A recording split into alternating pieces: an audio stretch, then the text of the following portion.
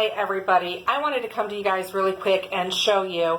I just got off of work, so tonight's a church night and I have to make dinner for my husband and I. Didn't really feel like much cooking, and so I asked him to go out and dig some potatoes, and I took our I can't even think what this is called, mix and chop. And I've got some sausage back here on the back burner, and this will break it down nicely. I'll show you a picture of it here in a second. Then I've got in another pan some butter, and I took, let me show you this first. This is our manual food processor. I love this thing. A lot of people like the chopper. I like the manual food processor. I cut up an onion in quarters, simply put it in here, push the lid the handle a couple of times, and I have beautifully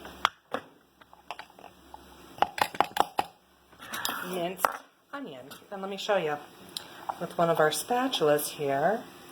Perfect. It's absolutely perfect.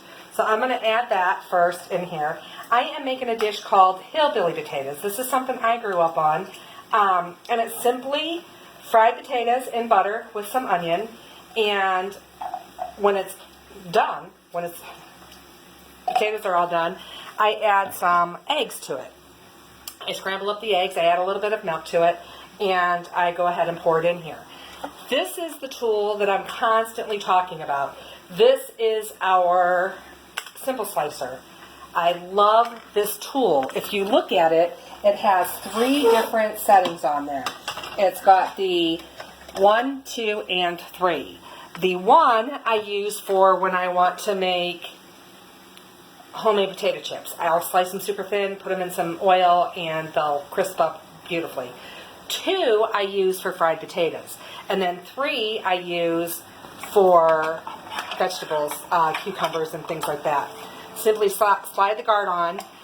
This comes off. The guard is there. I've got it set on 2 now. And it sets right on my pan. So my pan's not going to go anywhere. My handle's not going to go anywhere. Stick my potato in there, and I just slice it. And then each and every single one are uniform, and they're cut perfectly. Now these are potatoes fresh out of our garden. They are super hard to cut. If anybody has your own garden, you know what I'm talking about. They're so much more dense than the ones that you buy in the store.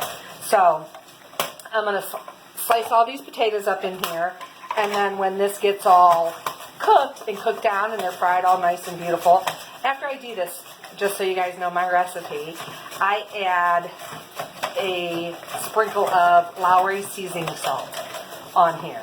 And then I go ahead and fry them up.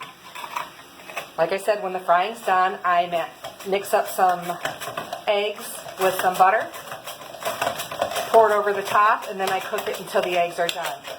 Tonight, I just felt like I wanted some sausage. So something I've never done is put sausage in my Hillbillie potatoes.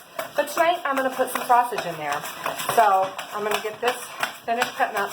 You notice I didn't use the guard for that first one. That's because that was such a big potato. But now that it's gotten smaller, I assure you, this will cut your hands. I've done it. So, learn from my stupidity, I suppose you could say. And then all the potatoes are going to be in there. I'm going to go ahead and take my mix and match and do my sausage again. And I'm going to show you guys a picture of all of this all together. So I am going to flip my camera. No, I'm not. I'm going to turn my camera. And here's all my potatoes, all evenly cooked or cut. And those will fry up beautifully. And then there's my sausage that I use my mixer for here.